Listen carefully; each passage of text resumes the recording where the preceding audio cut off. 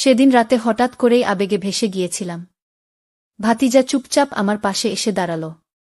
তার চোখের দিকে তাকিয়ে বুঝতে পারলাম সে ঠিক আমার মতোই কিছু অনুভব করছে। আমি এগিয়ে গিয়ে তার কপালে আলতো করে একটা চুমু দিলাম।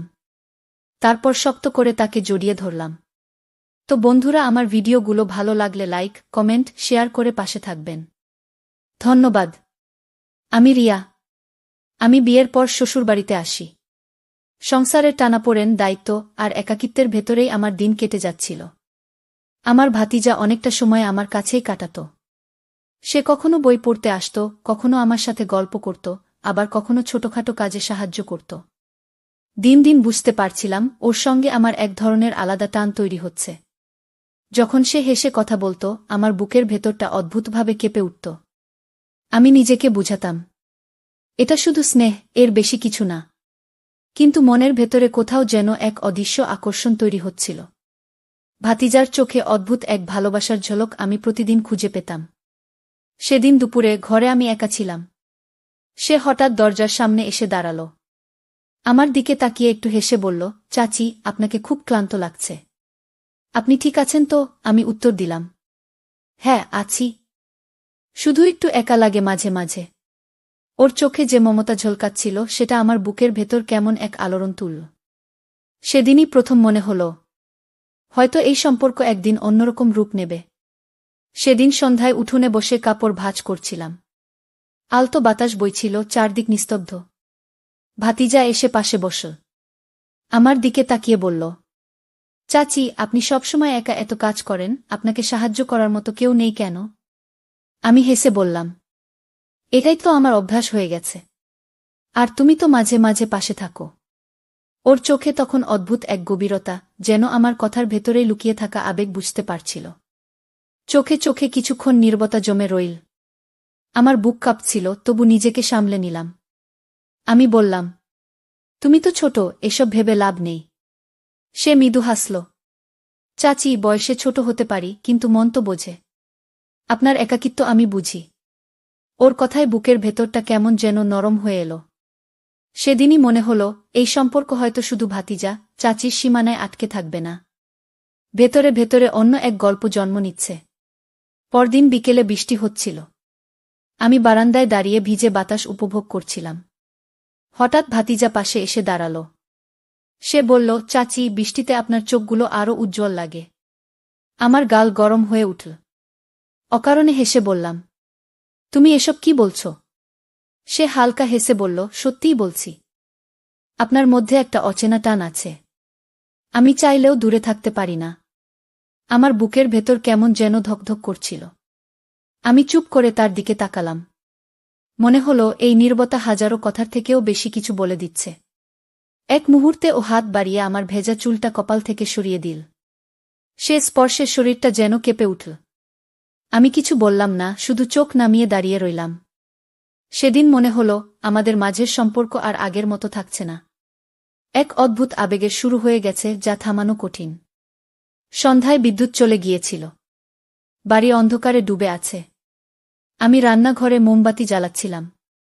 হঠাৎ ভাতিজা এসে পাশে দাঁড়াল। তার চোখে মোমবাতির আলো ঝিলমিল করছিল। আমি চুপ করে তাকিয়ে রইলাম, মনে হল সময় থেমে গেছে। সে ফিসফিস করে বলল, চাচি, জানেন, আপনাকে ছাড়া এই ঘরটা ফাঁকা লাগে। আমি কেঁপে উঠলাম, হাতের মোমবাতি প্রায় পড়ে যাচ্ছিল। সে তাড়াতাড়ি হাত বাড়িয়ে আমার হাতটা ধরে ফেল। আমাদের দুজনের আঙুল জড়িয়ে গেল অজান্তেই। আমি নিচু গলায় বললাম, এভাবে বলা ঠিক না। সে হেসে বলল, কিন্তু মনের কথা না বললে কি মন শান্ত থাকে? আমার হৃদস্পন্দন বেড়ে যাচ্ছিল। মনে হচ্ছিল এই নীরবতায়, এই অন্ধকারে আমাদের চোখে চোখে কত অজানা কথা আটকে আছে।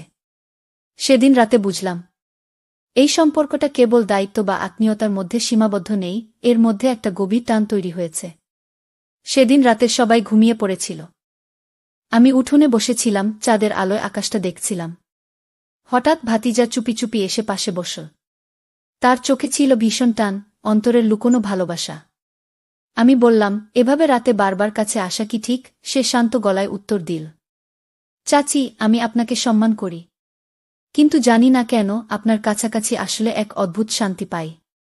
আমার বুকের ভেতর হঠাৎ কেঁপে উঠল। সে ধীরে ধীরে হাত বাড়িয়ে আমার হাতের উপর রাখল। হাতটা গরম হয়ে উঠল, যেন অনেক দিনের চেপে রাখা আবেগ এক মুহূর্তে ভেসে উঠল। আমি হাত সরাইনি, বরং প্রথমবারের মতো বুঝলাম আমার ভেতরেও তার প্রতি আলাদা এক টান জন্ম নিচ্ছে।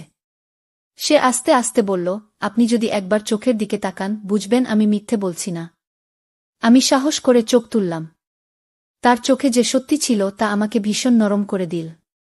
এক মুহূর্তের জন্য মনে হল আমি আর সে দুজনেই যেন একে অপরের খুব কাছের মানুষ। সেই রাতে প্রথমবার আমাদের মধ্যে সেই স্পর্শের উষ্ণতা এলো যা সবকিছু পাল্টে দিল। সেই রাতে হাত ধরার পর আমি ভেতরে ভেতরে অদ্ভুত অস্থিরতায় ভুগছিলাম। মনে হচ্ছিল একটা অদৃশ্য বাঁধনে আমরা বাধা পড়েছি। পরের দিন সন্ধ্যায় ভাতিজা আবার আমার পাশে এসে বসল। আলতো করে জিজ্ঞেস করল, চাচি, কাল রাতে আমি যদি কিছু বেশি করে ফেলি মাফ করবেন? আমি মৃদু হেসে বললাম, না, ভুল করনি, কিন্তু এটা ভুলে যেও না, আমাদের সম্পর্কটা সহজ নয়। সে গভীর দৃষ্টিতে আমার দিকে তাকাল। আমি জানি সমাজ হয়তো এটা মেনে নেবে না, কিন্তু আমার হৃদয় তোমাকে ছাড়া অন্য কাউকে কল্পনাই করতে পারে না। তার কথাগুলো শুনে বুক কেঁপে উঠল। আমার ঠোঁটে একরাশ নীরবতা জমে গেল। হঠাৎ সে খুব সাবধানে আমার কাঁধে হাত রাখল। চাঁদের আলোয় সেই স্পর্শ ভীষণ কোমল মনে হল। মনে হচ্ছিল যেন পৃথিবীর সব চিন্তা দুঃখ মুছে যাচ্ছে। আমি চোখ বন্ধ করে নিঃশ্বাস ফেললাম। তারপর বললাম, যদি এতটাই চাও তবে একদিন সবাইকে জানাতে হবে, শুধু গোপনে নয়, খোলাখুলিভাবে। তখনই বুঝব তুমি সত্যিই আমাকে চাইছ।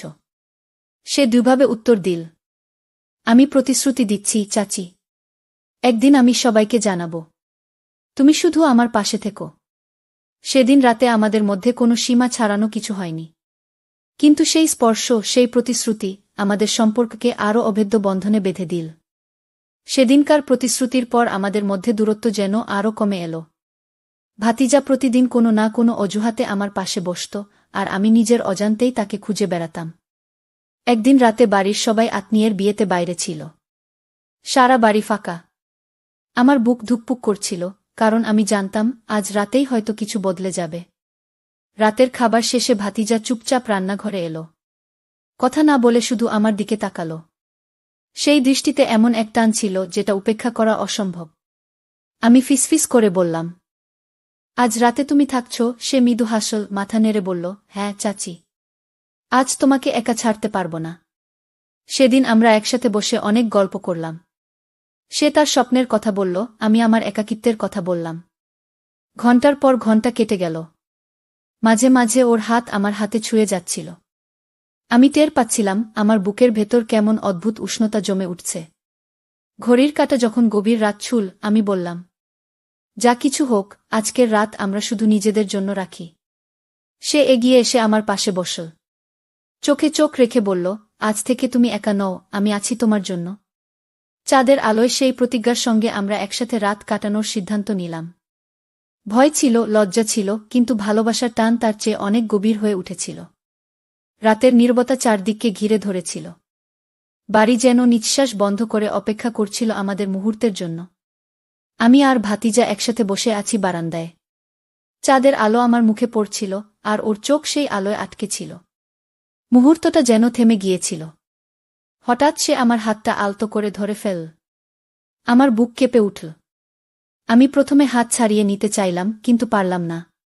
বরং সেই উষ্ণতা যেন আমাকে আটকে রাখল। আমি আস্তে করে বললাম, এভাবে কেউ দেখলে কি বলবে? সে মৃদু হাসল, চোখে ভরসা নিয়ে বলল, এখানে তো কেউ নেই, শুধু তুমি আর আমি। তারপর ধীরে ধীরে সে আমার কাঁধে মাথা রাখল। আমার গায়ে কেমন এক অচেনা শিহরণ ছড়িয়ে পড়ল। আমি হাত বাড়িয়ে তার মাথায় আলতো করে হাত বুলিয়ে দিলাম। আমাদের মধ্যে দূরত্ব ভাঙতে শুরু করল। আমরা চুপচাপ বসে রইলাম। হঠাৎ সে মুখ তুলে আমার দিকে তাকাল। চোখে সেই অনুরাগ, সেই নাবলা কথা, যা এতদিন আমাদের মধ্যে জমেছিল। আমি লজ্জায় চোখ নামিয়ে নিলাম, কিন্তু সে আলতো করে আমার চিবুক তুলে দিল।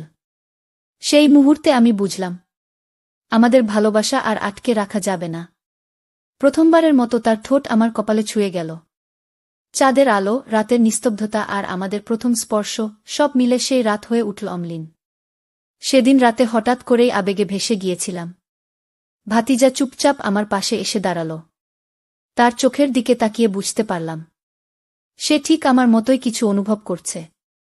আমি এগিয়ে গিয়ে তার কপালে আলতো করে একটা চুমু দিলাম। তারপর শক্ত করে তাকে জড়িয়ে ধরলাম। সেই মুহূর্তে মনে হচ্ছিল চারপাশের পৃথিবী থেমে গেছে, কেবল আমাদের নীরব ভালোবাসা বেঁচে আছে। ভাতিজাকে জড়িয়ে ধরার পর থেকে আমাদের সম্পর্ক আরও অন্যরকম হয়ে উঠেছিল। আমরা দুজনেই বুঝতে পারছিলাম এটা হৃদয়ের বাঁধন। কিছুদিন পর আমি সাহস করে তাকে বললাম, তুই শুধু ভাতিজা নোস, তুই আমার সবচেয়ে কাছের মানুষ। সে হেসে উত্তর দিল, চাচি নাই, তুমি শুধু আমার রিয়া। আমাদের সম্পর্ক নিয়ে প্রথমে চারপাশে নানা প্রশ্ন উঠেছিল, কিন্তু ধীরে ধীরে সবার সম্মতি পেলাম। অবশেষে একদিন আমরা বিয়ের পিঁড়িতে বসি। আমার জীবনের অপূর্ণতা যেন হঠাৎ করেই পূর্ণ হয়ে গেল। আর গল্পের এই শেষ অধ্যায়ে আমি শুধু একটা কথাই বলবো, ভালোবাসা কখনো বাধা মানে না, শুধু সাহস চাই, আর সেই সাহসই আমাদের দুজনকে এক করে দিয়েছে। তো বন্ধুরা, ভিডিওটি ভালো লাগলে কমেন্টে জানাবেন।